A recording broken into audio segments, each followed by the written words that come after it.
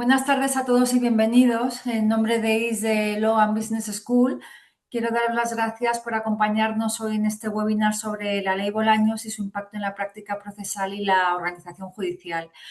Para nosotros es un placer organizar esta sesión junto con Procu España, a quienes queremos agradecer especialmente su colaboración y participación en este encuentro. Creemos que la sesión es especialmente necesaria y oportuna y agradecemos mucho la asistencia de todos los participantes como la generosidad de los ponentes que nos acompañan hoy. Contamos con un panel de primer nivel formado por profesionales con una visión muy práctica y directa de esta reforma y a continuación doy paso a Aurora Alonso, presidenta de Procu España. Aurora, muchísimas gracias por acompañarnos y cuando quieras tienes la palabra.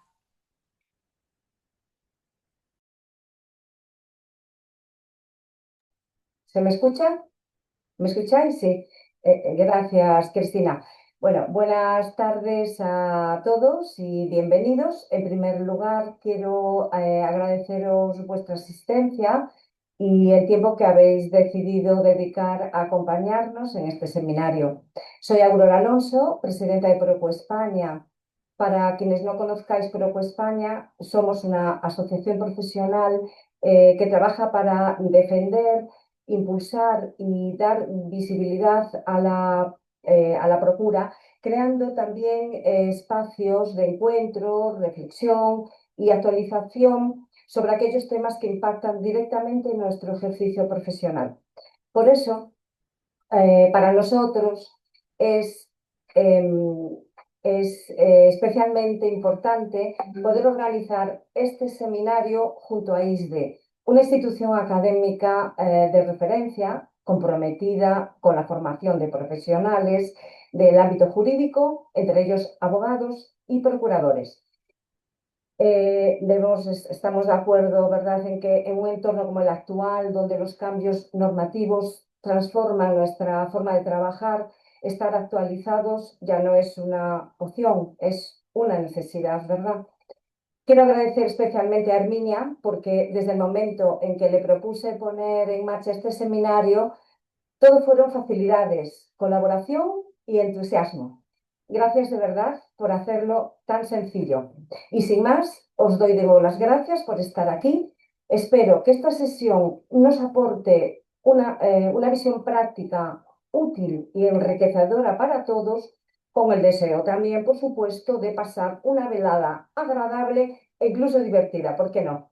Adelante, Herminia. Te doy paso ya. Gracias.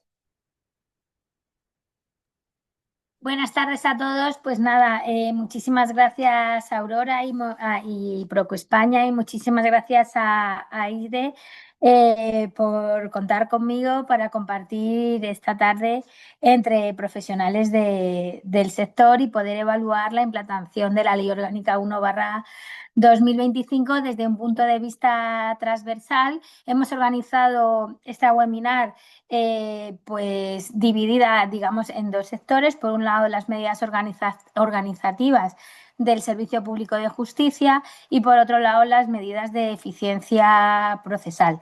Para este primer bloque, para conocer cómo esta ley orgánica ha impactado en este primer año, pues contamos con doña Concepción Morales Vallez, magistrada del Juzgado de lo Social número 23 de Madrid, y don Adrián Gómez Linarezo, letrado de la Administración de Justicia del Tribunal de Instancias número 104 bis de Madrid. Para el segundo bloque, para ver, como hemos dicho, las medidas de eficiencia procesal, contamos con doña Bárbara Sánchez López, profesora universitaria y doctora en Derecho Procesal de la Universidad Complutense de Madrid, y doña Carmen Jiménez Cardona, que es la decana del Colegio de Procuradores de Madrid. Bueno, pues antes de nada, daros las gracias a todos por compartir esta experiencia con todos nosotros y por seguramente ilustrarnos en la manera de ejercer nuestra profesión de una manera eficaz, eficiente y siempre pues no olvidando que es un servicio al ciudadano y que colaboramos con uno de los poderes más importantes del Estado y de la democracia. Así que muchísimas gracias, espero que todos aprendamos. Y sin más, pues si os parece, la primera parte y para una visión más institucional, pues os presento a Concepción Morales Vallez.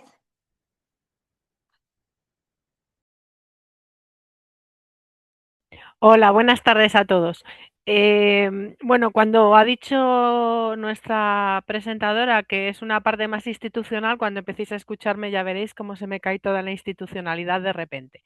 Bueno, en primer lugar, y como no puede ser de otra manera, quiero agradecer a Procu España y al ISDE que hayan contado conmigo para impartir o participar, mejor dicho, en esta sesión formativa sobre el impacto de la ley Bolaños y su impacto en la práctica procesal y la organización judicial. Hechas estas pequeñas afirmaciones sobre las gracias que son siempre necesarias en estos supuestos y que hayan querido contar conmigo desde ese punto de vista, insisto, institucional, que yo lo pierdo en cuanto empiezo a hablar, ya lo veréis, así que ya os pido disculpas por anticipado sobre esa práctica. Sí que quería hacer una serie de puntualizaciones o de precisiones que a mí, desde mi perspectiva, insisto, jurisdicción social y yo también estoy en un tribunal de instancia, porque como nos han cambiado el nombre, pero yo me resisto y si alguno ve mis sentencias veréis que pongo tribunal de instancia y juzgado de lo social, ahí separados con una barra, porque me resisto yo también al cambio o me resisto a esa denominación tan extraña que nos han otorgado que ya no tenemos juzgados sino plazas y es que parece que tenemos ahí, no sé, no quiero hacer la comparación porque se me cae la institucionalidad. Bueno, dicho esto, que yo mantengo mi precisión. Cuando salió la Ley Orgánica 1/25 de 2 de enero de medidas en materia de eficiencia del servicio público de justicia, lo voy a repetir varias veces porque lo de la eficiencia me ha tocado el corazoncito y lo voy a decir varias veces para que nos quede a todos claro. Pues yo cuando leí, porque he dado mucha formación sobre ella, he dado varios cursos en el Colegio de Abogados de Madrid y he escrito también y se me ha pedido opinión en otros foros, pues yo cuando la leí lo que vi es que la idea en la que se basaba esta Ley Orgánica 1/25 de 2 de enero, pues me parecía estupenda y decía, hombre, al fin, en vez de tener todo, y luego a ver qué dice nuestro letrado de la Administración de Justicia. Yo siempre decía, al fin vamos a tener todos unos criterios unánimes, todos los juzgados vamos a actuar igual, todos los LAG vamos a actuar igual, porque yo cuando leí la exposición de motivos, eso es lo que entendí de la ley orgánica, ¿no? Que iba a haber como unos criterios uniformes por parte de todos, porque iba a haber un cuerpo único de LAG, voy a decirlo de cuerpo único de LAG y cuerpo único de funcionarios, entre comillas, y dije, pues genial, porque ya vamos a unificar todos los criterios, todos vamos a resolver lo mismo en los mismos supuestos y los abogados y los procuradores pues van a ser inmensamente felices porque al fin van a tener resoluciones más o menos uniformes, ¿no? En vez de no que ahora el juzgado de lo social 23 dice una cosa, el 13 dice la otra, el 15 otro, yo soy muy flexible con la admisión de la prueba, el otro no, bueno, pues esas cosas que llegan allí los letrados se sientan en estrados y me dicen, no, es que en el otro juzgado, y yo le digo, a mí letrado usted del otro juzgado no me cuente nada, estamos en el mío y yo lo hago así. Bueno, pues yo creía que eso se iba a acabar y con esa perspectiva yo daba todas mis formaciones y hablaba de las bondades de la Ley Orgánica 1/25. Para los que no me conocéis, yo me incorporé a mi plaza el día 13 de noviembre del año 2025, o sea que disfruté de las mieles anteriores, muy brevemente en el juzgado de lo social 23 y el 1 de enero pues ya eso desapareció y aparecí en la plaza 23 del Tribunal de Instancia de lo Social de Madrid, ¿vale? Si alguno por alguna casualidad me sigue en redes, verá como yo en el mes de noviembre, a finales, subí a LinkedIn una foto maravillosa en la que estaban todas mis expedientes metidos en cajas y abandonaban mi juzgado, ¿no? Y entonces fue como una foto de recuerdo de esos maravillosos expedientes que yo tenía en mi juzgado de lo social, insisto, número 23 de Lo Madrid. Y dije, ¿volverán estos expedientes? Y mis funcionarios me dijeron, pues esperemos que vuelvan o no. Y ahora os voy a explicar por qué, no han vuelto.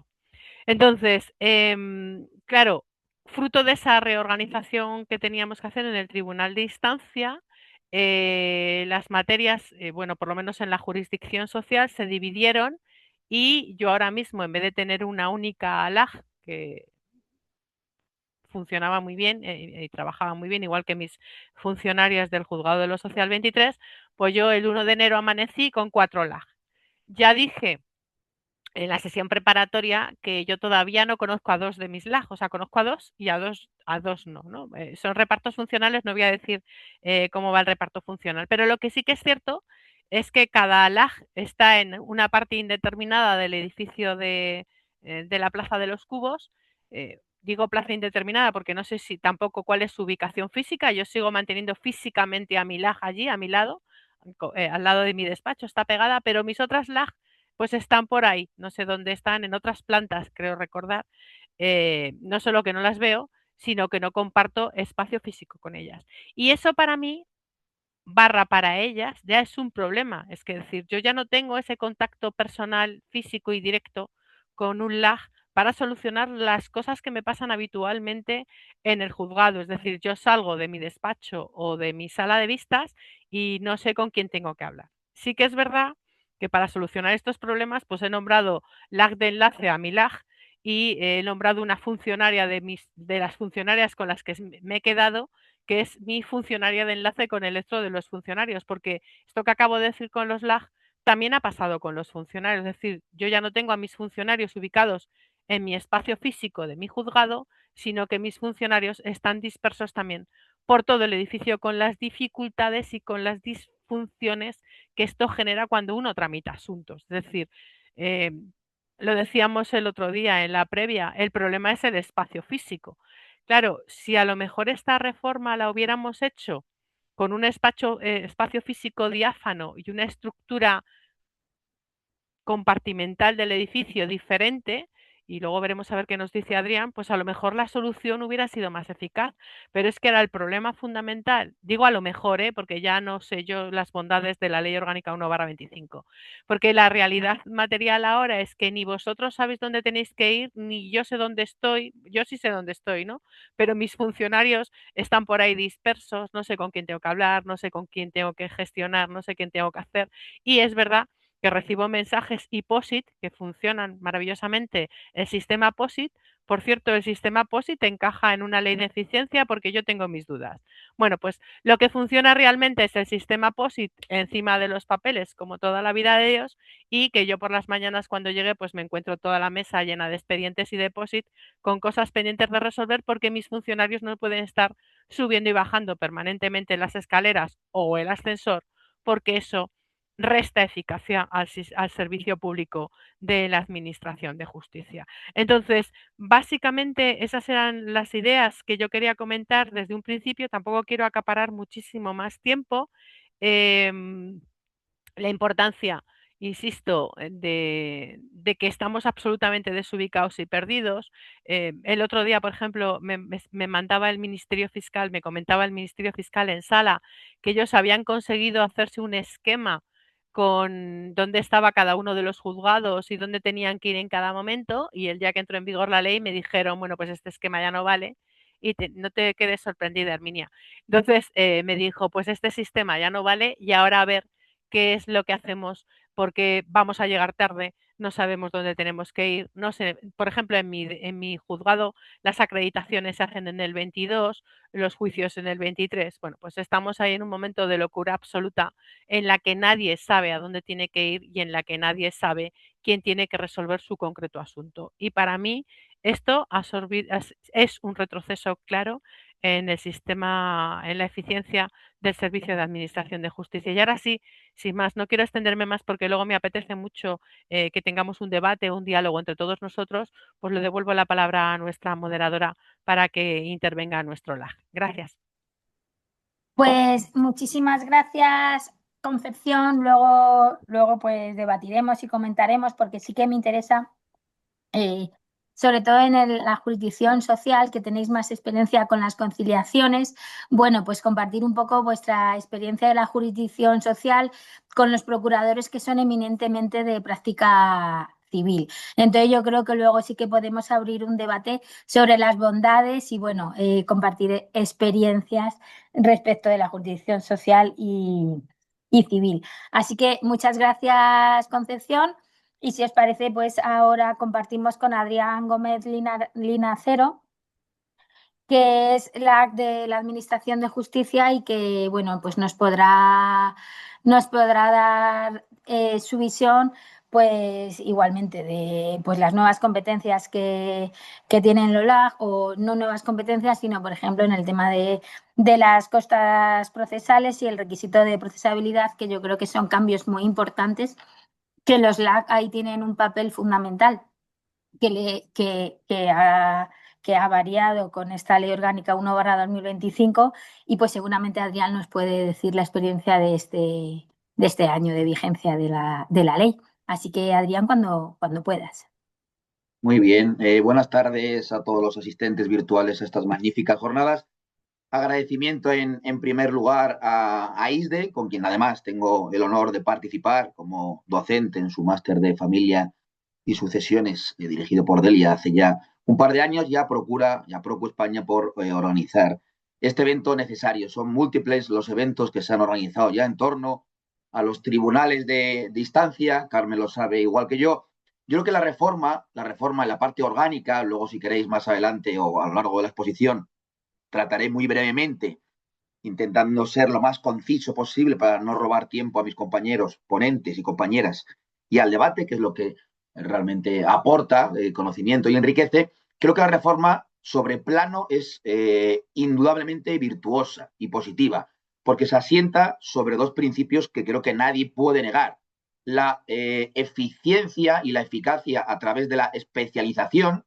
Yo creo que la ciencia social ha demostrado desde la época de Henry Ford que la especialización, aunque puede ser monótona para la oficina judicial, redunda en mayores ratios de respuesta, mayor agilidad, mayor eficiencia y mayor producción al final, en términos netos, que es de lo que se trata, de sacar más trabajo y optimizar los pocos recursos que tenemos en la justicia. Y el segundo principio, que es el que a mí me gusta destacar y creo que no se va a conseguir con esta reforma, es el de seguridad jurídica a través de la unificación de criterios. Creo que todos los que conocemos el sistema de justicia, o los que conocemos sobre todo a la abogacía y a la procura, había dos hechos antes de esta reforma, que no sé si se corregirán. El primero, que en nuestro sistema de justicia, basado en un órgano unipersonal, era decimonónico, anticuado, arcaico y no resultaba operativo, indiscutiblemente. Y segundo, que nuestro sistema judicial era y sigue siendo, seguramente, y lo seguirá siendo, un reino de taifas. O sea,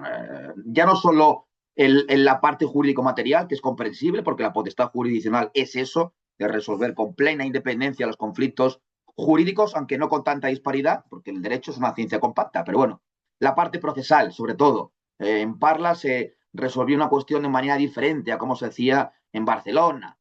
Bueno, eso mina una sociedad, a la economía le perjudica, porque no hay certidumbre en la respuesta judicial, y los sistemas judiciales más avanzados son sistemas previsibles en la respuesta judicial y eficaces y ágiles. Y los países más avanzados tienen justicias rápidas y predecibles, con lo cual esos dos principios son sobre los que se asienta la reforma, son positivos.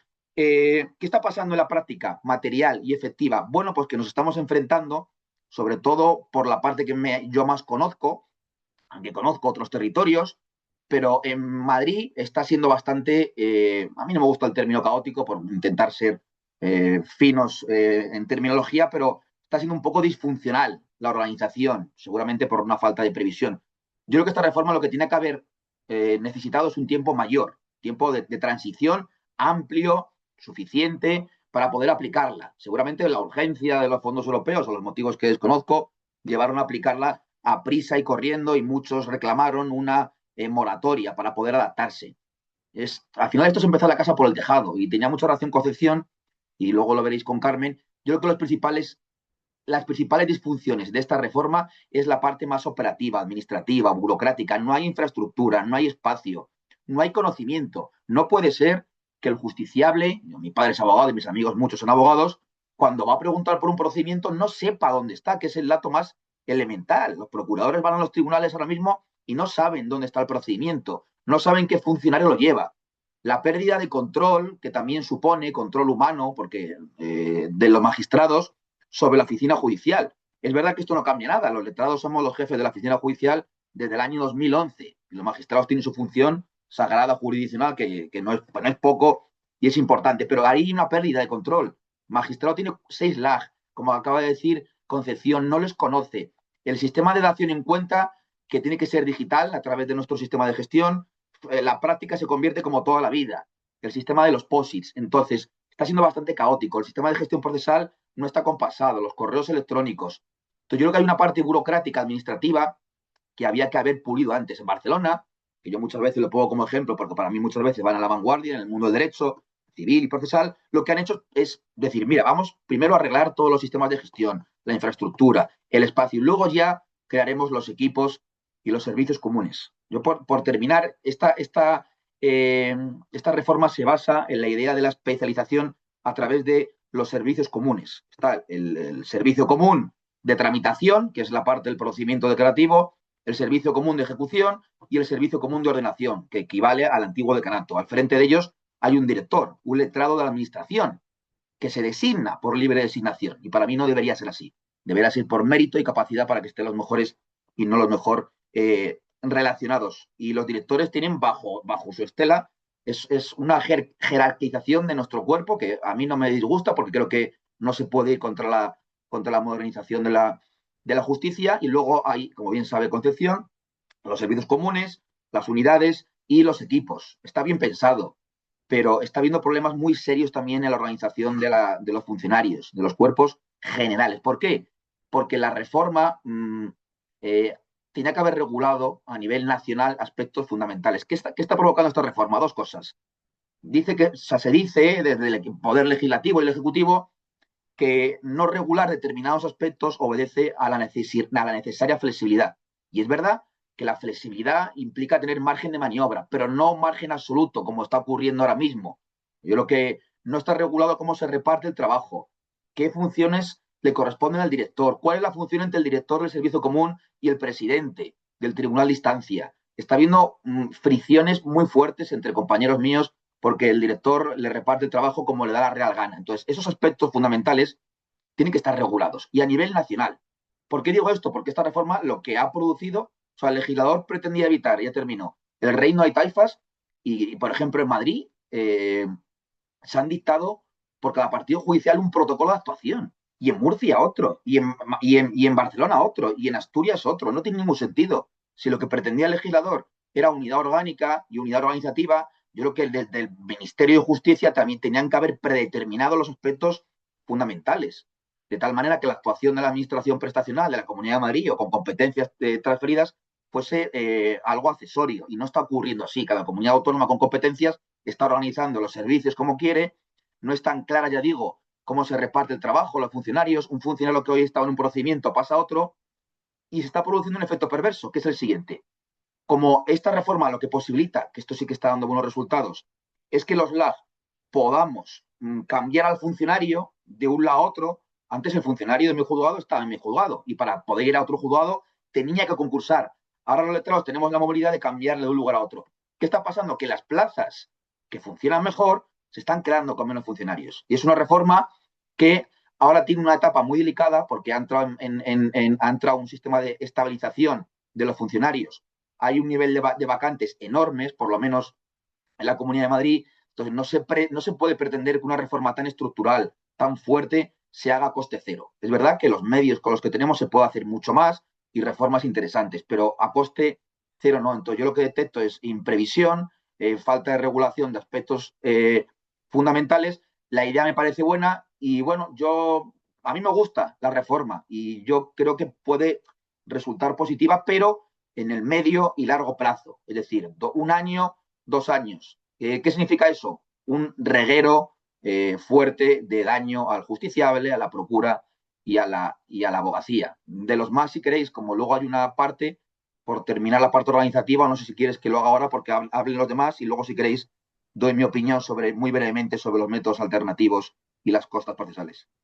Sí, me parece fenomenal, Adrián, que pues gracias a ti y gracias a Concepción, bueno, pues nos habéis compartido vuestra experiencia desde la institución y, Y ahora pues ya empezamos el segundo bloque, que sería una visión práctica con las intervenciones de Bárbara y Carmen, y luego ya compartimos entre todos y iniciamos un debate, porque desde luego que me parece muy importante lo que has dicho, y es que la justicia debe ser rápida y predecible. Creo que son dos principios que todos compartimos y que desgraciadamente compartiéndolos todos pues sabemos que no se llevan a la práctica en el día a día. Así que ojalá que algún día esta justicia rápida y predecible podamos conseguirla entre todos.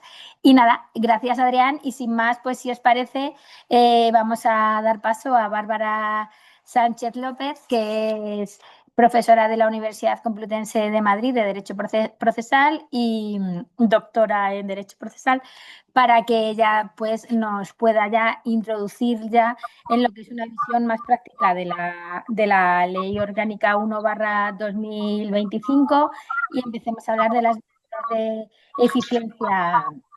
eficiencia procesal.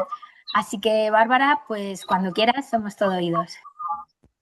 Pues muchas gracias, Herminia. Gracias por la invitación a participar con ISDE. Gracias por tener la oportunidad de compartir con mi admirada Carmen Jiménez Cardona del Colegio de Procuradores de Madrid también este espacio, y con pues permitirme aportar esta visión, esta mirada, si se quiere, pues un poco más formal en cuanto que es sistemática, ¿no? Y bueno, pues de calidad, que es lo que pretendemos siempre junto con el servicio. La idea es servicio público, ¿verdad?, aportar desde la universidad. Yo creo que la pregunta que tenemos todos seguramente en mente es si los MASC, imponer el intento de MASC como condición obligatoria, como requisito de procedibilidad, porque así lo configura el artículo 5 de la Ley Orgánica, pues puede vulnerar o afectar el derecho a tutela judicial efectiva. Me parece que esa es la pregunta clave, y que así, creo que en la medida en que la Ley Orgánica establece un sistema tan abierto de intentos de solución adecuadas, alternativas al proceso judicial, pues es difícil que no supere el test de constitucionalidad del artículo 24.1 de la Constitución o del artículo 47 de la Carta Europea. Tenemos los precedentes del propio TJUE del año 2010, posteriormente del año 2017 con las sentencias Menini y Rampanelli, sobre que todo intento de conciliación obligatoria, o nuestra ley configura más medios, pero entonces se planteó por referencia al ordenamiento italiano, que impone esta mediación obligatoria en ciertas materias, pues era constitucional o no lesionaba el derecho a tutela judicial efectiva en la medida en que fuera proporcional, en que no causara gastos excesivos y tampoco produjera retrasos sustanciales. Claro, a mi parecer es muy difícil que concurran los tres elementos al mismo tiempo respecto de todos los medios, del abanico de medios que impone la Ley Orgánica 2025, y que se cumple con cualquiera de ellos, porque recordemos que al final, aunque existen unos cuantos tipificados y regulados por la propia ley, pues el artículo 2 permite al final pues cualquier medio de negociación legal admitida por la ley. Entonces es difícil que se dé con todos ellos.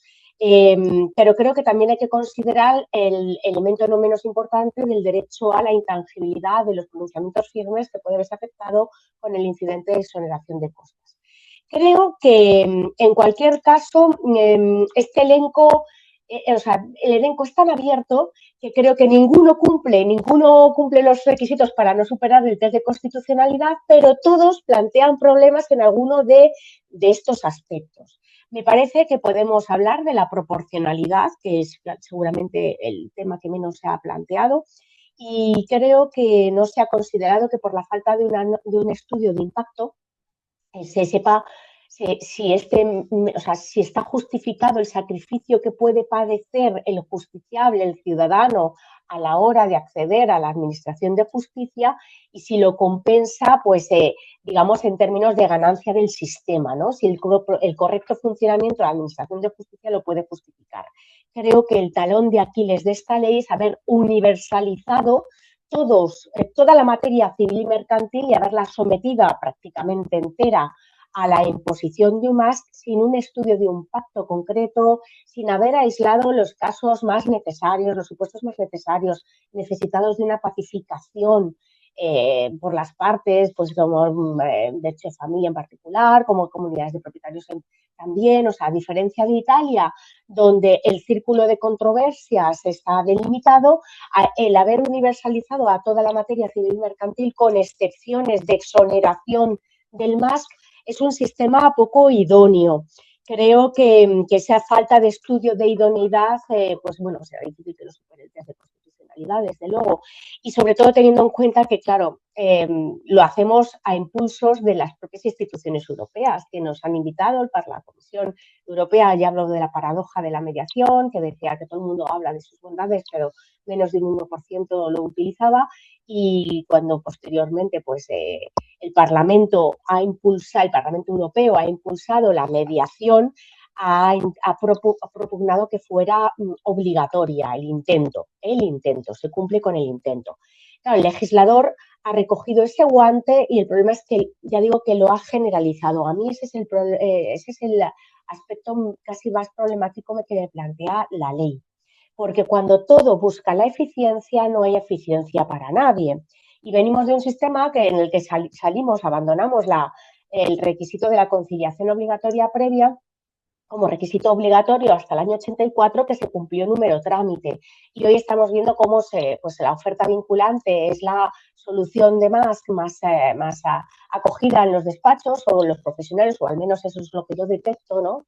Desde mi atalaya académica, pero también carente de intereses, pues veo que se trata de cumplir con el menor esfuerzo y con el horizonte temporal más corto de que en un mes la oferta vinculante, si no ha recibido una respuesta positiva, se puede tener por cumplido. El otro talón de Aquiles es el régimen de la subsanabilidad o no. A diferencia de en Italia, donde cabe la subsanabilidad porque está configurada, como ellos lo llaman, como una condición de admisibilidad de la demanda y, por tanto, causa litispendencia ya desde el momento en que la demanda se interpone, aunque no se cumpla con el requisito. España ha apostado el todo por el todo y lo ha configurado como un requisito de procedibilidad absoluto. Es decir, que no cabe la subsanabilidad, y esto me parece un sistema pues muy poco flexible y que puede parar unos perjuicios que sí que pueden merecer algún pronunciamiento o algún matiz por parte de nuestro alto tribunal. En cualquier caso, pues veremos si estas presunciones de bondades que el legislador ha anudado a los más, pues se hacen realidad.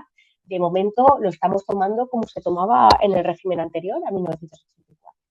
Es decir, como una mera formalidad en la que no existe unos intentos y que cuando existen ya en realidad los abogados de las partes lo han agotado. O sea, nadie acude a una demanda sin haber intentado agotar las soluciones amistosas previas. Así que, bueno, pues veremos si el segmento temporal adicional que supone consumir un más, pues se paga en términos de constitucionalidad. Pues muchísimas gracias, Bárbara. Estoy absolutamente de acuerdo contigo en que cualquier profesional de la justicia, cualquier abogado, cualquier procurador, evidentemente nuestro trabajo, y yo siempre lo digo, es solucionar los problemas, no crearlos, ¿no? Y nosotros, pues en el ejercicio de nuestra profesión, nos gusta llegar a acuerdos, nuestra obligación es llegar a acuerdos y nuestra obligación es evitar el procedimiento. Por lo tanto, el que concluyas tu exposición así, pues estoy totalmente de acuerdo, porque yo a la hora de, ya me estoy metiendo a opinar, pero bueno, es que no puedo más. A la hora, cuando me leí la ley orgánica, me daba un poco la sensación como que se nos está castigando, se está dando por hecho que toda esta labor de mediación no se hace. Y cualquier abogado la hace, cualquier abogado quiere que su cliente, pues como decía Adrián, tenga una justicia rápida y predecible, y que más rápido y más predecible que llegar a un acuerdo con el compañero en el que tú puedes disponer sobre algo tan importante como es ir a un juicio o no. Por lo tanto, totalmente de acuerdo contigo, Bárbara, muchísimas gracias. Y bueno, antes de empezar un debate que espero que todos podamos participar en él, pues vamos a dar la palabra a Carmen Jiménez Cardona, decana del Colegio de Procuradores de Madrid, que bueno, seguramente que tiene un montón de experiencia en un montón de casos dentro de la Procura que nos van a parecer súper interesantes a todos. Muchas gracias, Carmen. A ver, muchas gracias a todos vosotros, gracias a ISDE y por supuesto a Procu España por haber querido contar conmigo. Es un placer además contar con panelistas del nivel con el que hoy la verdad es que comparto comparto esta jornada y a ver, yo, pues me vais a perdonar que yo voy a ser mucho más crítica. A ver, en primer lugar, es cierto una cosa, yo siempre pensé, porque como entiendo que estamos hablando para distintos lugares de España, que claro, evidentemente yo voy a hablar de Madrid, pero yo quiero hacer una referencia al tema precisamente de que yo siempre pensé que todas aquellas comunidades autónomas que en su momento adoptaron la famosa nueva oficina judicial de la Ley 13 del 2009, pues que verdaderamente, bueno, pues seguramente iban a tener mayores facilidades a la hora de incorporar, en su caso, este nuevo sistema de tribunal de instancia al que ahora me voy a referir. A ver, por una parte veo que, y lo he visto porque, bueno, pues he seguido un poco los distintos informes de presidentes de tribunales de instancia, incluso precisamente de zonas donde que sí se arbitró el sistema de la nueva oficina judicial, que evidentemente están hablando de la situación caótica que se está produciendo. Y efectivamente la situación es de caos. Y no porque el tribunal de instancia como modelo sea malo. No, si nadie dice que sea malo. El problema es que, a mí me van a perdonar, pero es que lo que no podemos hacer es coger la antigua organización judicial, el antiguo juzgado, y implantar encima, en su caso, el tribunal de instancia, todo esto del día 31 de diciembre del 2025 al día 1 de enero del 2026. ¿Y por qué? ¿Por qué? A ver, yo voy a contar la experiencia que que yo he vivido, y me imagino que a lo mejor muchos compañeros que pueda tener en estos momentos conectados a lo mejor lo podrán entender. A ver, en un lugar como Madrid, resulta que todavía estábamos sufriendo las consecuencias de una huelga de letrados de la Administración de Justicia, de una huelga de funcionarios. ¿Eso qué es lo que supuso? Un retraso histórico a la hora de la simple admisión de una demanda. Entonces, vamos a ver. El tribunal de instancia como modelo es fantástico. Yo no que me cabe ninguna duda. El tema de intentar crear decisiones o conseguir decisiones colegiadas, fantástico. El de alguna forma que evidentemente la carga de trabajo se pueda repartir de una forma mucho más flexible y no sea necesario crear un juzgado con un juez, un letrado de la Administración de Justicia y 7 funcionarios, obviamente es más rápido y más barato, indudablemente. Pero lo que está claro es que lo primero que hay que crear es pedagogía, hacer pedagogía, primero, cosa que no se ha hecho. Muchos funcionarios cuando llegaron el día 1 de enero del 2026 no sabían dónde estaban. Yo he visto a funcionarios llorando, yo he visto a funcionarios gritándose entre sí porque estaban absolutamente desesperados porque no sabían dónde ir ni lo que tenían que hacer. Por otro lado, los medios, creo que ya lo hemos hablado aquí, es decir, todos estos cambios no se pueden hacer sin medios.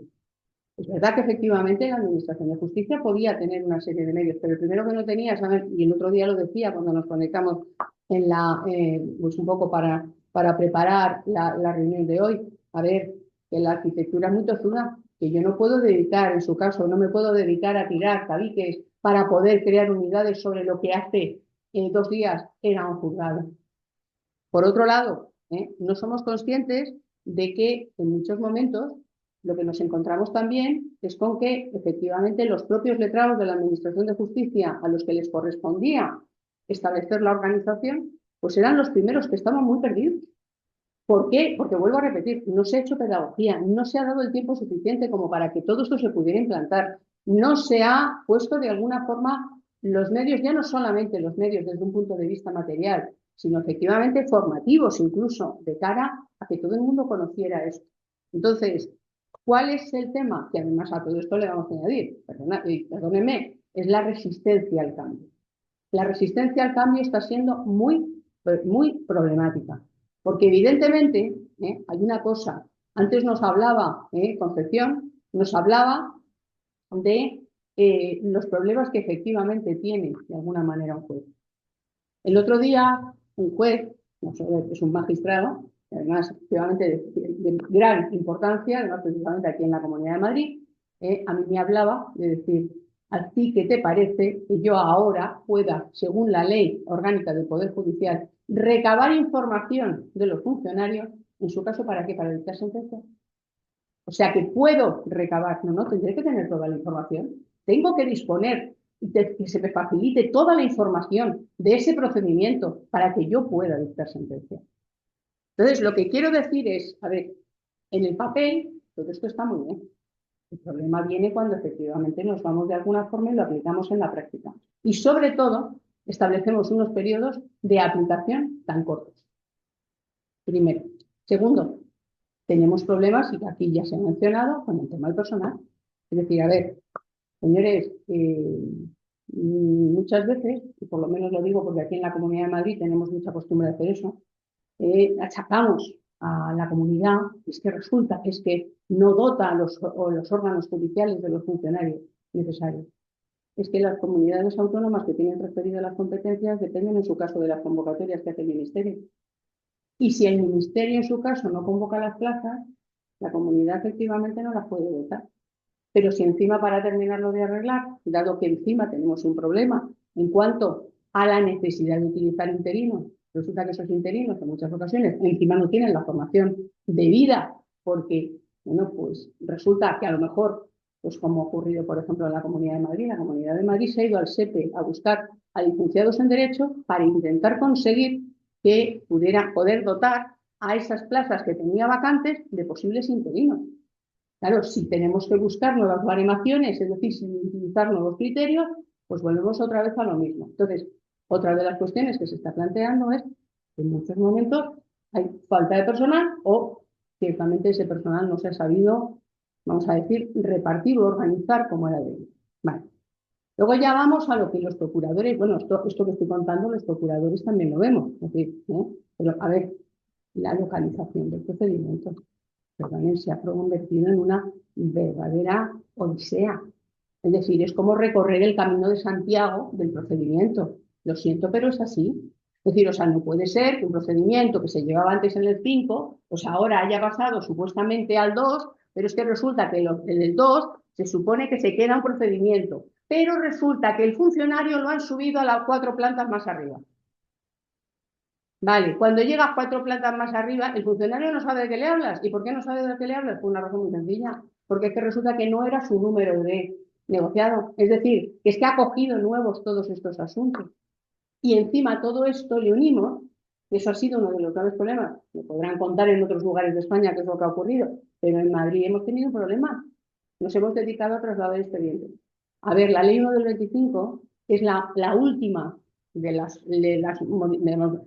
modificaciones legislativas que establece de alguna forma, precisamente, o que pretende establecer el Ministerio, antes de la Ley 6 del 2023.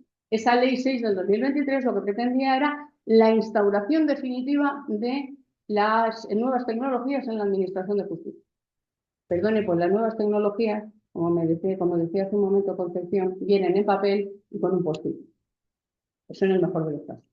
¿Eso qué ha supuesto? Tener que trasladar expedientes. Entonces, como les decía, trasladar expedientes supone que el funcionario está en un sitio, el expediente está en el otro, y luego, evidentemente, vete de alguna forma a intentar conseguir que efectivamente alguien te dé razón de tema. Eso es uno de los grandes problemas que efectivamente nosotros nos estamos encontrando. Pero además, a ver, no sé si sabemos que los procuradores tenemos una labor dentro de esta función de representación que realizamos, que es la de la labor de impulso. Disculpen, cada día es más complicado hacer la labor de impulso. Cada día es más complicado. Y esa labor de impulso que además, insisto, a ver, y para todos los compañeros que me estén oyendo, que les quede muy clara una cosa, es decir, yo creo que es el momento del procurador, porque lógicamente está claro que somos nosotros los que estamos haciendo la peregrinación por los distintos órganos judiciales de cara, evidentemente, a facilitar la información necesaria a nuestros abogados y que puedan fundamentar, obviamente, sus escritos o que puedan tener el conocimiento directo del procedimiento. O sea, que esta peregrinación, este esfuerzo que estamos haciendo, lo estamos haciendo verdaderamente los procuradores. Bien, yo quiero, porque no quiero de alguna forma extenderme mucho, pero sí quiero hacer referencia a dos cosas. Una, en relación precisamente al tema de estas actuaciones materiales de ejecución, que dicen que nos han concedido los procuradores. No me van a perdonar que yo sea tan escéptico, pero sinceramente a mí no me han dotado de ninguna competencia nueva. Yo sinceramente parto de la base de que sí es verdad que se ha dado carta de naturaleza, que se ha plasmado en las leyes, cosas tales como que nosotros, en su caso, cumplimentamos los mandamientos de anotaciones de embargo, que nosotros de alguna forma podemos, en su caso, cumplimentar o diligenciar los oficios para, no sé, conseguir la realización de la liquidación de cargas en una ejecución. Y encima, además de todo esto, perdonen, pero lo que han hecho ha sido ponerme una limitación, tanto a los actos de comunicación que ya podía hacer, como en su caso precisamente a sus actuaciones materiales de ejecución. Porque ahora se supone que aparte de un poder generar para pleitos, lo que tengo que tener en su caso es un consentimiento informado para poder realizar esos actos de ejecución. Quiere decirse que, yo siempre digo que cualquier competencia, obviamente, bienvenida sea, y si es en materia de ejecución, yo siempre he partido de la base que los procuradores somos los más preparados para estas cosas, pero ciertamente creo que en el fondo, lo mismo que me das por un lado, en alguna forma me intentas coartar o me limitas por otro.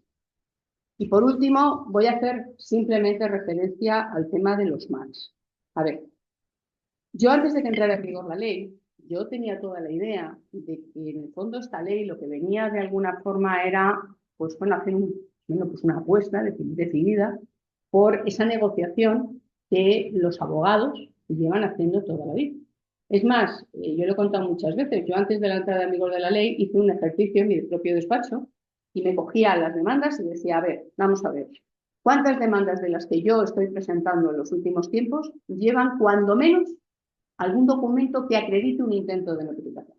Pues yo puedo decir que un 90 y tantos % de las demandas que se han presentado en mi despacho en los últimos tiempos las llevo. Entonces, quiere decir con ello que, a ver, a mí me parece fenomenal la obligatoriedad de la negociación. Me parece fenomenal, efectivamente, que evidentemente se intente, con carácter previo a ir de alguna forma a la Administración de Justicia, verdaderamente llegar a un acuerdo. Pero también, y ahí lo dejo, yo parto de la base de que a lo mejor precisamente con estas medidas lo que se debería es haber intentado atajar todo el tema, en su caso, de los créditos masa, o de alguna forma, efectivamente, procedimientos que evidentemente están llenando las arcas de la Administración de Justicia y podrían resolverse de otra manera. Yo apunto procedimientos que muchas veces están reclamando cantidades mínimas, cantidades ínfimas. Pues a lo mejor no tiene ningún sentido, porque si nos ponemos a pensar el coste de la tramitación del procedimiento frente a la reclamación, es mucho más elevado que realmente. Entonces, ¿merece la pena todo eso? Esa es la pregunta que yo hago. Y ya por último, voy de alguna manera efectivamente a terminar con este tema precisamente de los MACs, diciendo que, insisto, partiendo de la base de que efectivamente está muy bien el que se puede intentar llegar a un acuerdo. Yo estoy completamente de acuerdo con lo que dice Bárbara, en el sentido de que a lo mejor precisamente el haber intentado de alguna forma establecer nada más que unos determinados supuestos en los cuales queden excepcionados, ciertamente ha permitido que olvidemos una serie de cosas. Que olvidemos cosas tales como que los pleitos de familia, cuando intervienen menores, el tema de los menores tiene relación con un tema de orden público y, por tanto, la posibilidad de disponer es muy limitada.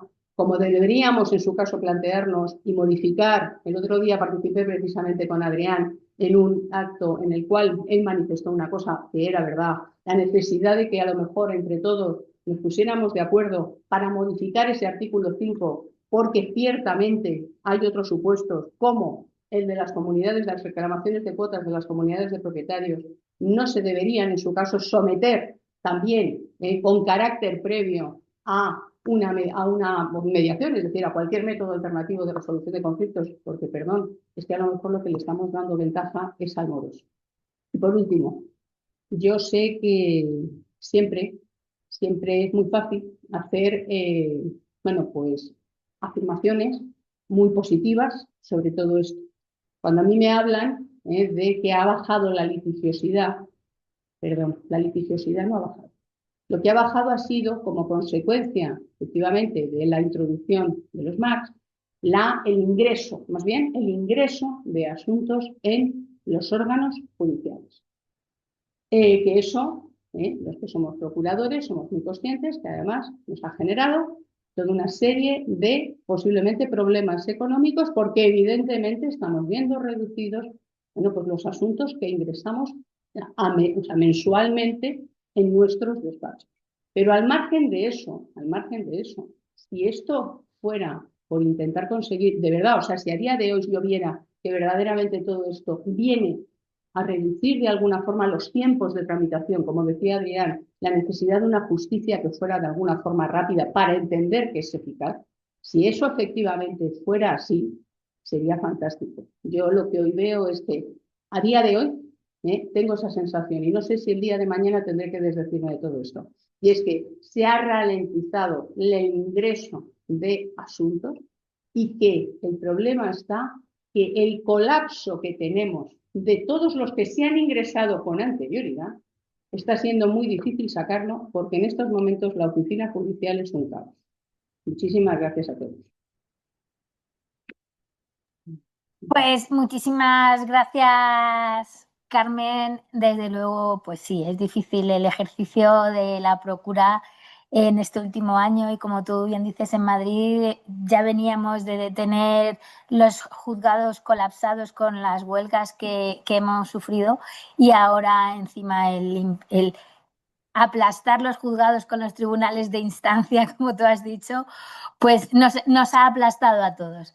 Entonces, bueno, pues ha sido la verdad que una visión literal de cómo nos sentimos a veces cuando ponemos los pies en el juzgado. Me parece muy importante lo que dices de la pedagogía, pero de la pedagogía tanto para los funcionarios como para los profesionales que nos dedicamos a esto.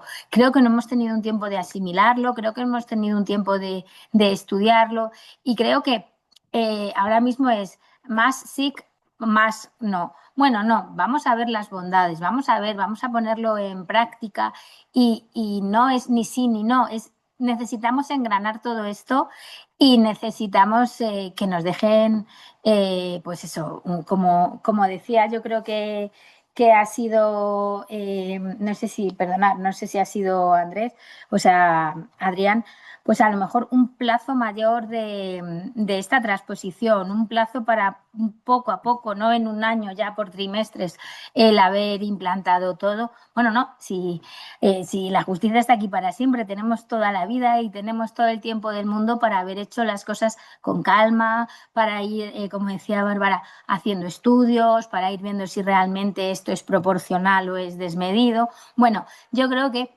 desde mi punto de vista, si a lo mejor se nos hubiese preguntado más, pues a lo mejor hubiésemos colaborado en una ley orgánica que a fecha de hoy estuviésemos más cómodos en su implantación. Así que muchísimas gracias a todos y bueno, pues por mi parte estaría encantada de abrir un debate con todos los participantes que nos vayan transmitiendo sus preguntas, sus incertidumbres y poderles dar vuestras opiniones, desde luego, muy cualificadas. Nos preguntan por aquí qué preocupa más actualmente, la falta de jueces o la falta de medios técnicos y personales. No sé quién quiere contestar. ¿Puedo decir yo algo? ¿Puedo decir Sí, claro. yo algo? A mí particularmente en estos momentos me preocupa mucho más la falta de medios técnicos y de personal, aunque la falta de jueces obviamente también dilata de alguna forma efectivamente todo esto. Pero a ver, no dejemos, vamos a ver, aquí tenemos a Adrián y tenemos a Concepción. A ver, esto es una cadena, esto es una cadena. Entonces, vamos a ver, si uno de los eslabones de la cadena no funciona, ¿cómo vamos en su caso luego, efectivamente, le van a pasar al letrado, en su caso, las distintas resoluciones que le corresponden dictar a él, o cómo le vamos a pasar al juez, de alguna manera, las distintas resoluciones? Entonces, a ver, todo es preocupante, todo es absolutamente preocupante. Pero, a ver, vuelvo a repetir, la pregunta es, o sea, a ver, evidentemente la falta de medios tecnológicos, que muchas veces, más que falta de medios tecnológicos, es falta de utilización de los medios que tenemos. Yo aquí me refiero a la Comunidad de Madrid. O sea, en la Comunidad de Madrid no se ha hecho el uso del expediente judicial electrónico que se ha podido verdaderamente llegar a realizar y que podría de alguna manera haber pues, evitado una serie de circunstancias. En cuanto al tema de falta de personal o falta de jueces, están muy bien los anuncios, está muy bien convocar plazas, pero si no hay medios luego para que efectivamente todo esto sea real, pues vamos a estar igual. Y perdone que me he metido por medio.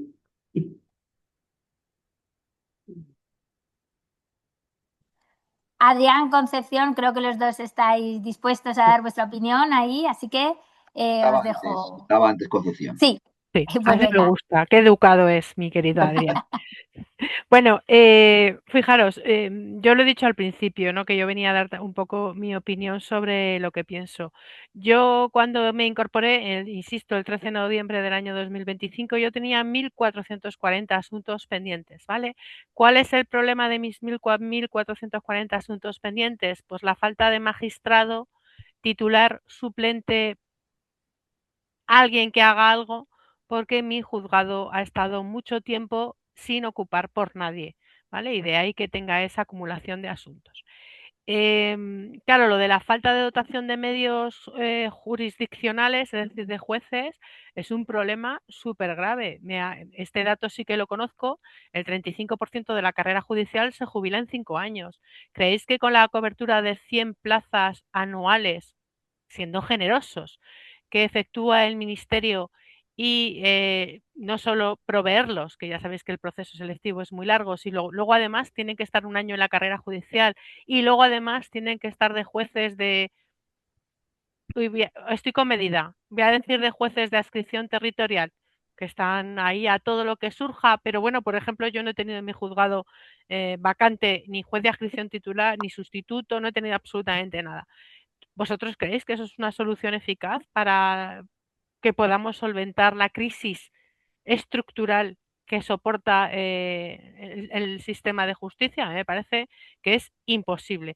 No me meto en los datos de jueces, o sea, de LAG, porque los desconozco, pero los de jueces sí, porque ya sabéis que soy muy quisquillosa y me gusta mucho la estadística. Entonces yo creo que la crisis no se soluciona con convocatorias de 100 magistrados o como la mía, 12 magistrados, o sea, yo soy del cuarto turno, yo ya estaba desempeñando mi puesto como magistrada suplente en el TSJ de Madrid durante 30 años, como interina, porque tampoco somos interinos. Y bueno, yo he sacado mi plaza de titular a través del cuarto turno, hemos entrado 12. Uf, qué escándalo. La última convocatoria fue en el 2018, 2013, 2018, 2023 es la que he aprobado yo. ¿Creéis que con esos números somos capaces de ser eficaces? Pero además os voy a dar un dato mucho más chuli. Se convocaron en mi convocatoria 12 plazas de jueces para contencioso administrativo del cuarto turno. ¿Y sabéis cuántos aprobaron la oposición? 3. Se quedaron 9 vacantes. Entonces, yo lo que necesito es coherencia en el Ministerio de Justicia. Yo lo que necesito es coherencia en el sistema de la Administración de Justicia. No que el Consejo vaya por un lado, el Ministerio de Justicia vaya por otro y, por supuesto, nuestra comunidad autónoma vaya por otro lado. Hablamos de medios tecnológicos. Estoy buscando la palabra para no venirme muy arriba. ¿El expediente judicial funciona? Es más, ¿vosotros creéis que yo puedo poner sentencias de una manera eficaz con el sistema del que nos ha dotado? Yo hablo desde la Comunidad de Madrid, que es el que conozco, con el sistema nuestro maravilloso Horus, que es con el que se visiona el expediente.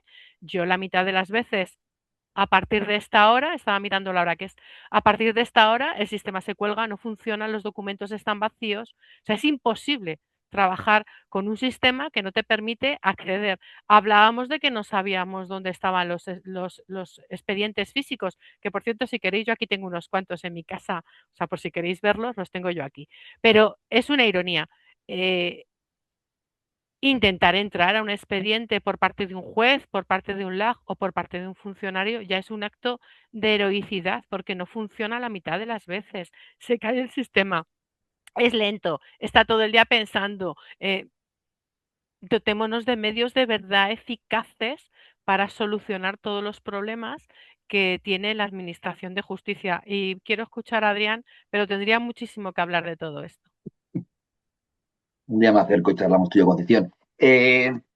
Vamos a ver, yo creo que aquí hay un problema también de base estructural que está relacionado con la cultura de nuestra administración pública, que es una administración heredada de la época de Weber, del sistema funcionarial vitalicio, que es un sistema que está desfasado. Entonces, es incuestionable, lo ha dicho antes Carmen, esta reforma tiene puntos negativos, que yo creo que son más operativos, administrativos, de infraestructura, de medios, que de aplicación realmente jurídico-orgánica, que no está mal diseñada, aunque insisto que los aspectos fundamentales de la reforma los tiene que haber regulado el legislador nacional, el Estado, a través del Poder Legislativo, tiene que haber delimitado más algunas cuestiones, porque está siendo un ejercicio de improvisación en muchos partidos judiciales. Si el Tribunal de Instancia está resistiendo, es por el factor humano de los magistrados, de los letrados, que en Madrid es que no sabemos a qué atender. El director no sabe lo que tiene que hacer, el que está por debajo tampoco. No hay liderazgo. Y repito, no está bien estructurado y bien reglamentado. Sobre plano queda muy bien, pero tiene que haberse metido más en vereda y haber regulado más concretamente el reparto del trabajo. Las cargas de trabajo. No se puede hacer un tribunal de instancia sin hacer antes, que ya lo están haciendo, por cierto, no todo es negativo, en el Ministerio, una medición de las cargas de trabajo, es decir, cuánto se tarda en tramitar un monitorio y cuánto una ejecución, porque la ejecución ha sido ahora mismo la gran perjudicada. En Madrid creo que el 60% del personal ha ido al servicio de tramitación y el 40% a la ejecución. Entonces, hay que medir las cargas de trabajo. Pero el problema estructural al que me refería al principio es también de mentalidad. Hay muchísima resistencia al cambio. Es un cambio estructural. Seguramente quien está ofreciendo más resistencia, con todo el respeto a la función constitucional que tienen atribuida, es el Poder Judicial. El Poder Judicial siempre ha sido un poder especialmente corporativista. Entonces, ven esta reforma como una pérdida, como un desapoderamiento y un empoderamiento de los LAG. Piensan que pierden potestades porque poco se sustraen de la oficina judicial, salen de la oficina judicial, de tal manera que hay una macroorganización administrativa dirigida por un LAG y apartado, aislado, el magistrado y el juez. Es verdad que a mí no me gusta esa pérdida de contacto humano entre el magistrado, porque yo creo que un buen juzgado, antiguamente, ¿por qué funcionaba bien? Porque el magistrado y el LAG tenían buena sintonía personal. Pero es verdad que eso tú se lo explicas a mis amigos que están en el sector privado y me dicen, ¿a mí qué me importa? Hay nuevas tecnologías. Esa forma de trabajar creo que poco a poco va a ir superándose con sistemas tecnológicos de comunicación. ¿Tiene esa parte negativa de que se pierde el factor humano? Sí, seguramente sí, pero se trata de resolver conflictos jurídicos que se resuelven aplicando normas, no aplicando buenas relaciones humanas. Entonces hay mucha resistencia al cambio. Eso también hay que decirlo por parte de diferentes sectores que no les gusta la reforma desde algún punto de vista, porque se percibe como una pérdida de control. Los medios económicos, y ya voy terminando y también respondo a lo de los más. Bueno, lo cierto es que esto es un debate en que a mí me gusta hacer un poco de abogado del diablo. Es verdad que nuestra administración de justicia tú la comparas con la administración tributaria y es la hermana paupérrima, no la hermana pobre. Es decir, Hacienda tienes una deuda y tiene unos sistemas informáticos sofisticadísimos que ya verás cómo no te prescribe la deuda administrativa derivada de una multa de tráfico que todos tenemos. Son averiguaciones rápidas, ágiles, tienen buenos equipos. Eso es indiscutible. Pero en perspectiva comparada, hay un estudio reciente de la Comisión Europea de Justicia en el que se dice que España está por encima de la media europea en personal por magistrado y en general en inversión en justicia. El único dato en el que está a la baja es en el número de magistrados por habitante. Pero tenemos datos superiores, por ejemplo, creo que a Alemania, a Holanda, en cuanto a personal de la oficina judicial y en cuanto, en general, a inversión en justicia en relación al PIB, al Producto Nacional. De los presupuestos del Estado. Creo que en justicia es el 3% de los ministerios que peor inversión reciben. Pero eso no es una anomalía en perspectiva comparada. Entonces, quizá lo que esté fallando es que los medios no están bien organizados. Quizá lo que no esté funcionando bien es que nuestro sistema funcionarial está totalmente desfasado y que lo que hace es incentivar o igualar a la baja. Yo he estado en muchos juzgados y lo que acaba pasando es que el que trabaja bien asume más trabajo y el que trabaja menos. Y al final el que trabaja bien dice, ostras, yo voy a cobrar igual que el de al lado, pues voy a trabajar menos. El sistema público funcionarial tendría que asemejarse mucho más a la función privada, introducir sistemas de gestión empresarial, carrera profesional, productividad, el que trabaje más, cobrar más. Ya veréis cómo funcionaban mucho mejor las cosas con los mismos medios actuales. Entonces, no todo es falta de medios, que sí, pero no con ese cliché de que faltan medios. Con los medios actuales se puede hacer muchísimo más, modificando el régimen funcionarial. Lo que pasa es que eso es políticamente incorrecto y hay muchos también intereses de fondo. ¿Faltan jueces? Por supuesto. Es verdad que esta reforma facilita la creación de jueces.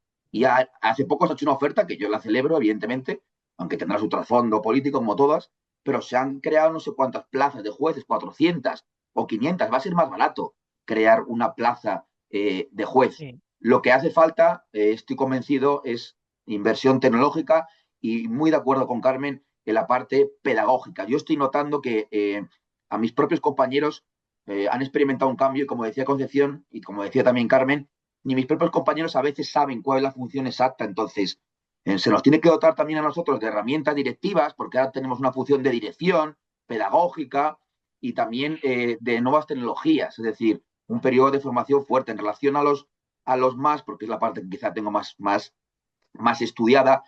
Yo creo que, ¿por qué no se ha extrapolado? Yo lo digo siempre, el sistema de la jurisdicción social, ¿por qué no se ha extrapolado a la jurisdicción civil con unas tasas de acuerdo ante el LAG del 50%? Tanto los más como los tribunales de instancia han pasado por diferentes etapas legislativas y todos los gobiernos de todos los signos, es decir, PSOE y PP, han tenido sobre su mesa anteproyectos de ley, tanto en materia de mediación obligatoria como en materia de tribunales de instancia.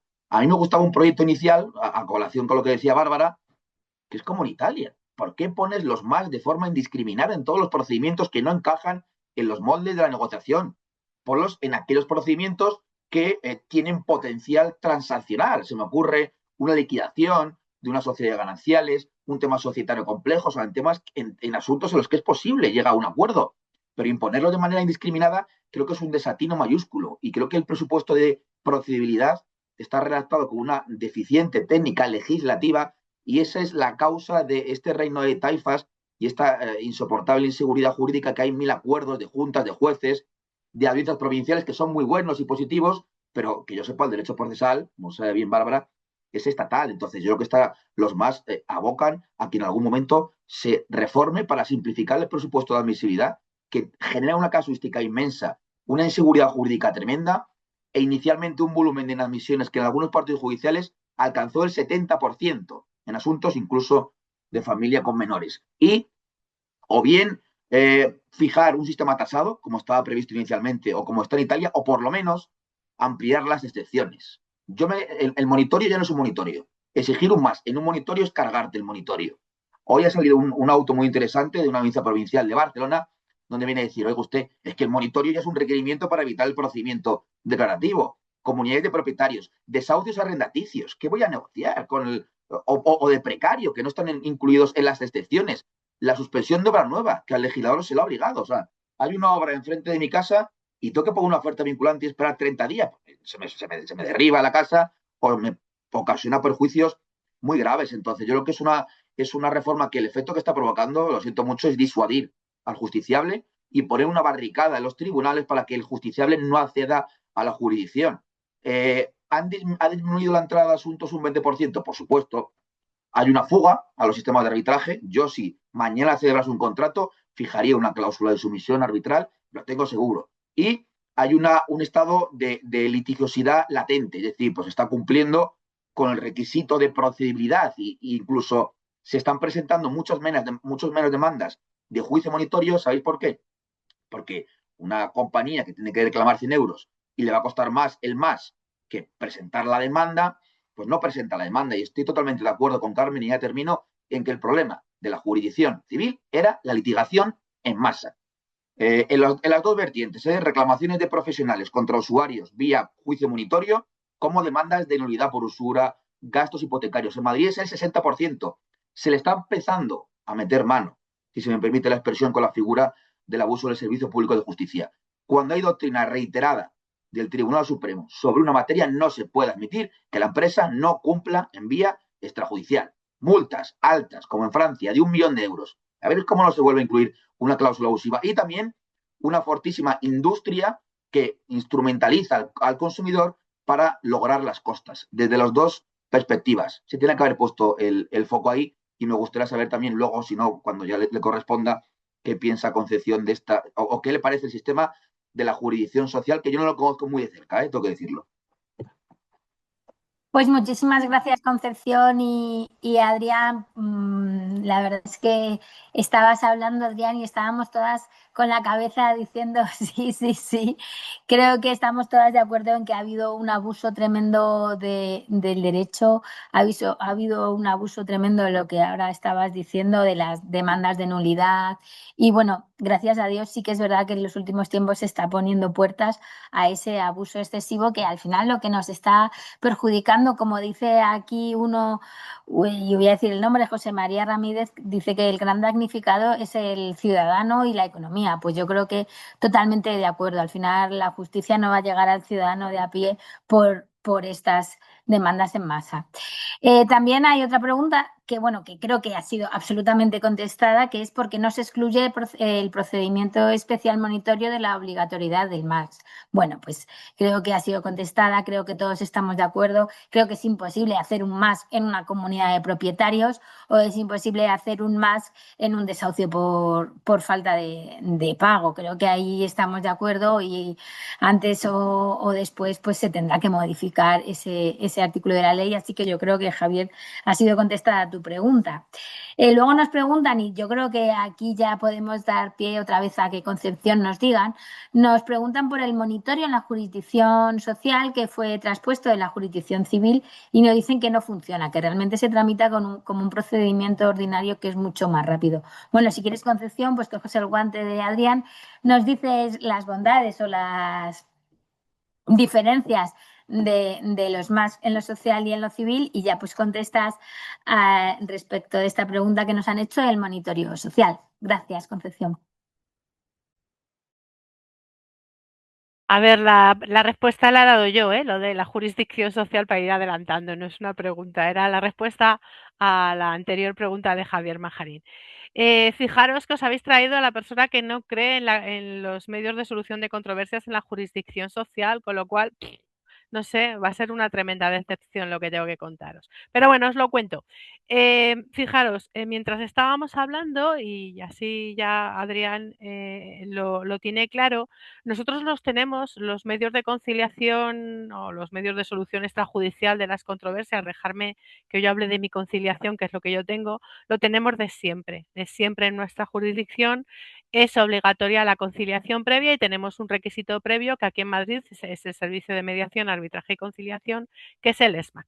¿El SMAC funciona? Pues os digo yo que funciona cuando funciona. Es decir, cuando las partes ya tienen una decisión adoptada o tienen una solución pactada, pues el SMAC funciona. Pero si no, el SMAC es ahora sí, porque cuando yo empecé en la jurisdicción social, cuando yo conocí a Carmen, ya lo voy a contar para que nadie tenga dudas, cuando yo conocí a Carmen, pues sí, funcionaba el servicio de mediación y conciliación, porque además ibas allí, había un letrado conciliador y una auxiliar y se conciliaba, porque además el letrado conciliador intentaba que conciliaras, pero ahora el SMAC ya no es así. En nuestro SMAC hay allí una persona que yo ya no sé si es letrado o no es letrado, que lo único que hace es que te pregunta si tienes voluntad de llegar a un acuerdo, lo pone en un papel, te lo manda y es simplemente obtener el papel que te da el acceso, desde mi punto de vista, y soy muy crítica, os lo he dicho con anterioridad, te da el acceso a la jurisdicción social, ¿vale? Yo cuando empecé, yo recuerdo que ponía las demandas y las papeletas de conciliación el mismo día, o sea que con eso os digo yo lo que creo en los medios de solución de controversias en la jurisdicción social, que están ahí y cuando la gente quiere llegar a un acuerdo conciliatorio, funciona, pero es que el problema es que la gente ya no quiere llegar a un acuerdo conciliatorio como cuando yo empecé en la jurisdicción social. Insisto que yo soy muy transfuga, yo empecé de abogado, luego magistrado suplente y ahora magistrado titular, o sea que tengo ahí un amplio conocimiento de lo que ha pasado. Ahora, ¿qué tenemos? O además, ¿qué tenemos? Pues tenemos la conciliación judicial ante el LAG y luego tenemos la conciliación judicial ante el magistrado, que yo ya me niego, es decir, después de 3 yo te voy a intentar conciliar, pues paso, te pongo la sentencia y terminamos muchísimo antes, ¿vale? Pero sí que es verdad que se puede conciliar ante el LAG. Y además ahora, y esto es una novedad, con la ley la ley orgánica 1/25, nos han introducido en la jurisdicción social, que esto ya para mí es panota, la conciliación anticipada ante el LAG. O sea, tenemos SMAC, conciliación anticipada ante el LAG, conciliación ante el LAG el día del juicio y conciliación ante el órgano judicial, con lo cual yo, insisto, me resisto. Por cierto, en mi juzgado, mi LAG, cuando empezó el mes de enero, se puso a hacer conciliaciones anticipadas. Mirad lo que dice la ley sobre las conciliaciones anticipadas y si no os lo cuento ya, pero es que si no me voy a quedar sin tiempo. Y ya hemos decidido que no hacemos conciliaciones anticipadas. ¿Por qué? Porque nadie concilia. ¿Por qué? Porque supone un sobreesfuerzo en la oficina judicial. ¿Por qué? Porque el que quiere conciliar te trae el acuerdo judicial y se concilia y judicial o ante el LAGE, que para mí es exactamente el mismo, y se concilia. Luego, no es cuestión de establecer más y más y más obstáculos al procedimiento, es cuestión de si la gente tiene esa voluntad de negociar. No me contéis por qué, porque esto es algo que yo tengo hablado con mi LAG, el día del juicio se concilia muchísimo más que el día de la conciliación anticipada. Es decir, todas las conciliaciones anticipadas que mi LAG ha señalado han sido frustrantes y además ella misma me lo ha dicho. Y le digo, pues mira, se acaba el asunto. El día del juicio en la jurisdicción social hay mucha más voluntad de conciliar.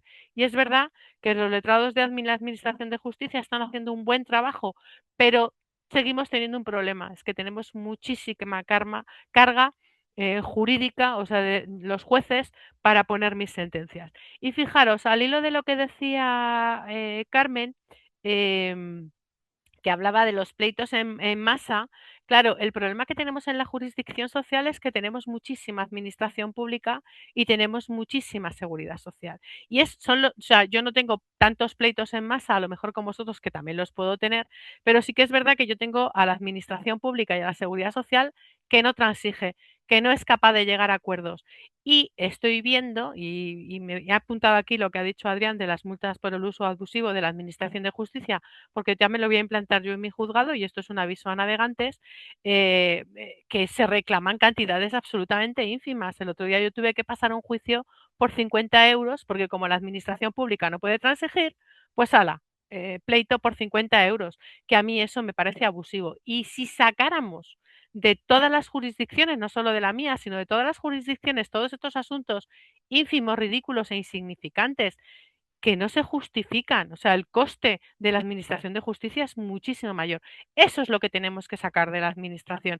Esa, os voy a decir la frase que me dijo el otro día a mí un letrado de una administración pública. Nos voy a decir, eh, además ínfima, digo, no hay ninguna posibilidad de llegar a un acuerdo. Dice, es que yo soy administración pública, yo no vengo aquí a transigir. Dije, ah, bueno, pues a lo mejor sí que es posible que yo le imponga a usted una bonita multa de temeridad, que por cierto, yo en mi jurisdicción social, lo veremos más adelante, yo las tengo tasadas. El importe máximo de multa que puedo poner son 1.800 euros, quiero recordar, y el importe máximo de costas que puedo imponer en instancia, en la única instancia, por otros somos juicios de única instancia, son 600 euros. ¿A vosotros eso os parece disuasorio para una demanda temeraria, absurda, insignificante, ridícula, que tanto lacra la Administración de Justicia? Porque a mí no. Y eso, quizá, lo que lo decía muy bien Carmen, es lo que tenemos que hacer. No solo los pleitos en masa, que es verdad, y además han constituido muchas asociaciones solo para poner pleitos en masa, que nos están colapsando. Que por cierto, luego, si veis las demandas, son todas iguales, solo cambia el nombre, con lo cual yo tengo unos problemas tremendos para poner la sentencia porque es que no sé cuáles son las peculiaridades del ciudadano y el expediente administrativo tampoco me da pistas, ¿no? Y entonces, bueno, pues una vez que pones una, puedes poner todas iguales, cambiando solamente el nombre, pero me parece que esto no es justicia y esto no es lo que tenemos que pretender en la Administración de Justicia. Y para terminar ya mi intervención, os cuento de la conciliación lo que queréis, pero es que tampoco hay muchísimo más. Para mí no es eficaz, es un requisito de procedibilidad, sin más, que no tiene ninguna finalidad. Pero yo hago aquí un llamamiento, un llamado.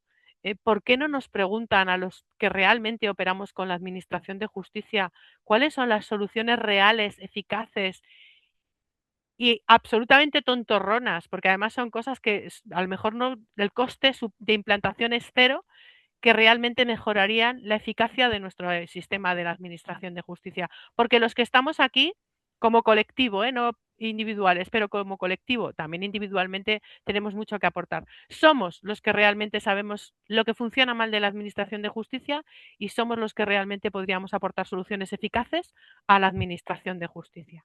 Gracias.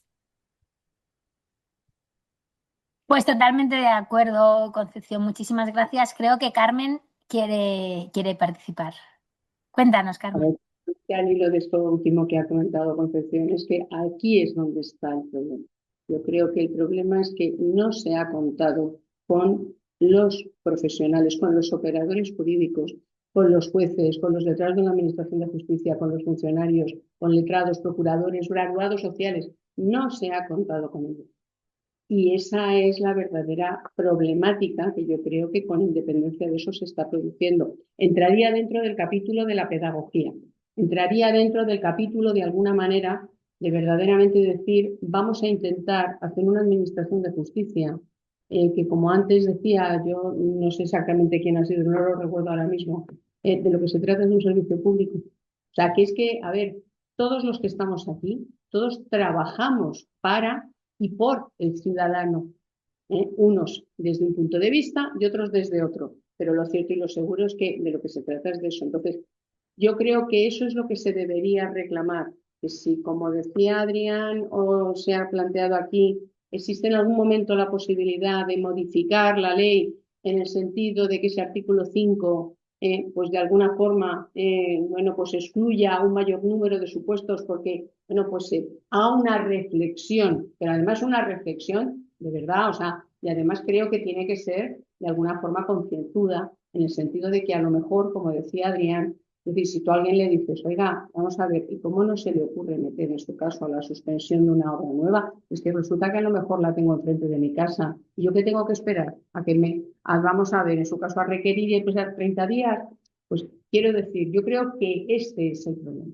Es decir, ha sido una ley muy precipitada, no sé si han intervenido los fondos europeos, no sé lo que ha intervenido, pero al final ha sido una ley precipitada que nos ha pillado en alguna medida a todos, no solamente con una mentalidad basada en la antigua organización judicial, el juzgado, nos ha pillado a todos como todos, además es que no sé si nos hemos dado cuenta, es decir, hay muchas personas que tienen una gran resistencia al cambio y les cuesta mucho adaptarse a los cambios. Pero es que además vuelvo a repetir, es que hay veces que también, pues oye, la realidad es tozuda. Entonces, hombre, pues, a ver, yo me pongo en la piel de esos letrados de la Administración de Justicia que acercándose ese día, 1 de enero, tuvieron que ponerse a pintar mapas, ¿vale? Y a decir, bueno, pues vamos en su caso a decir ahora, vamos a dividir el edificio, lo vamos a dividir así, por plantas, o lo vamos a dividir de otra manera. Yo me pongo en su piel y entiendo también que yo posiblemente hubiera sido la primera a lo mejor en meter la pata, vamos a ver, y evidentemente haber hecho cosas que de alguna forma no tenían ningún sentido. Pero por eso digo, yo creo que si se aprendiera de esto en el sentido de preguntarnos a los profesionales o a los operadores jurídicos, la verdad es que sería mejor. Pues muchísimas gracias, Carmen. Sí, la verdad es que creo que compartimos todos tu opinión. Yo tengo mi propia teoría que siempre la digo y bueno, me arriesgo a las críticas, pero bueno, yo siempre digo, creo que para acabar con el colapso de la justicia, lo que tendríamos que hacer es poner las costas o que los abogados cobremos menos. Es decir, mi opinión es que un abogado está para solucionar un problema. Y a mí hay compañeros que me han dicho, no, compañera, pero ¿para qué vamos a llegar al acuerdo? Vamos a juicio que cobro más. No, hombre, no, eso no me parece ético, eso no me parece moral. Yo creo que si hiciésemos un uso, como estamos aquí diciendo todos y creo que compartimos, si hiciésemos un uso adecuado de la justicia, si fuésemos responsables, pues a lo mejor un 20% de las demandas se quitaban. Estoy pensando pues en la jurisdicción social, lo que estamos diciendo, por una diferencia de una indemnización de 200 euros, ¿de verdad me vas a obligar a celebrar? O en un tema de familia, si sabes que vamos a llegar a la vista y en la puerta vamos a terminar negociándolo. Creo que deberíamos de hacer un ejercicio de responsabilidad los propios abogados porque nosotros nos quejamos de este colapso, pero muchas veces somos quienes lo provocamos. Entonces, bueno, pues es muy fácil criticar, es muy fácil el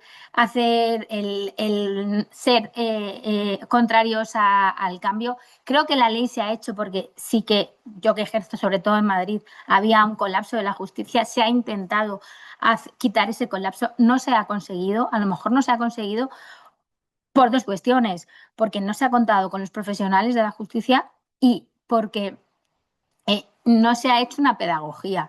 Yo creo que si se hiciese una pedagogía y si todos creyésemos en la justicia y ejerciésemos de una manera responsable, pues también todo iba a ir mucho mejor. Bueno, esa es mi opinión y bueno, pues gracias por escucharla. Y son las 7:30, esto era hasta las 7:30, no hay más preguntas, creo.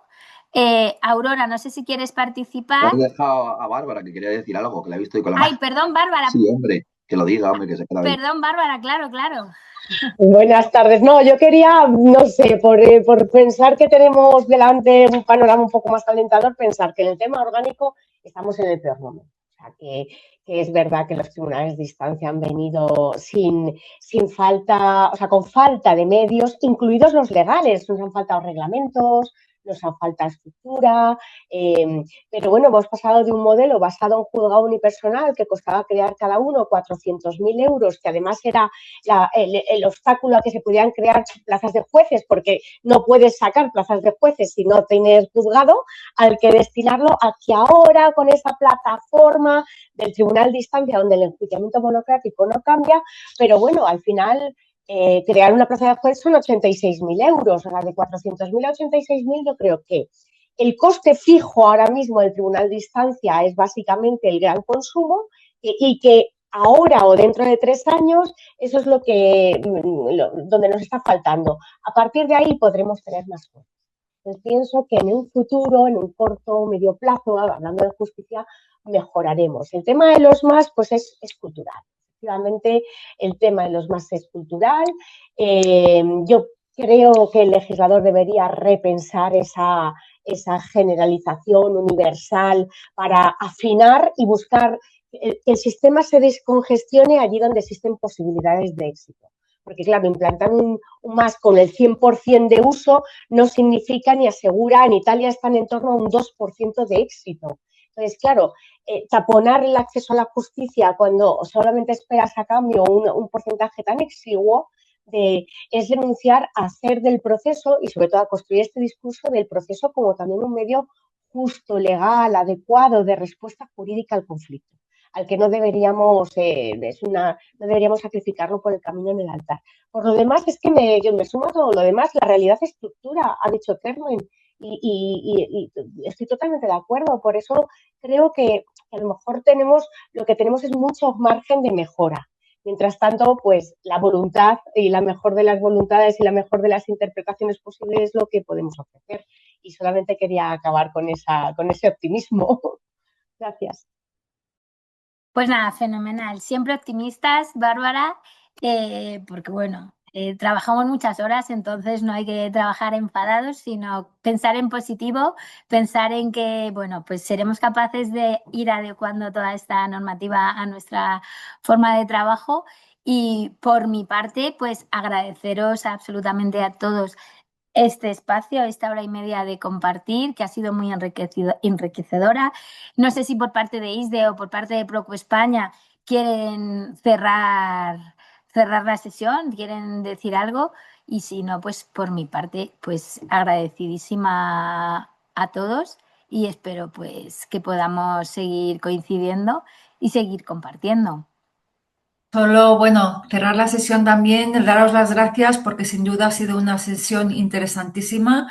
Espero que haya muchos más espacios de encuentro como este para poder debatir de un tema sin duda eh, con ideas tan y visiones tan, por un lado, tan alineadas, ¿no? Entonces, bueno, agradeceros y vuestra asistencia y sobre todo a todos los ponentes y a los asistentes. Muchísimas gracias. Por parte de Proco España, lo mismo, agradecimiento total.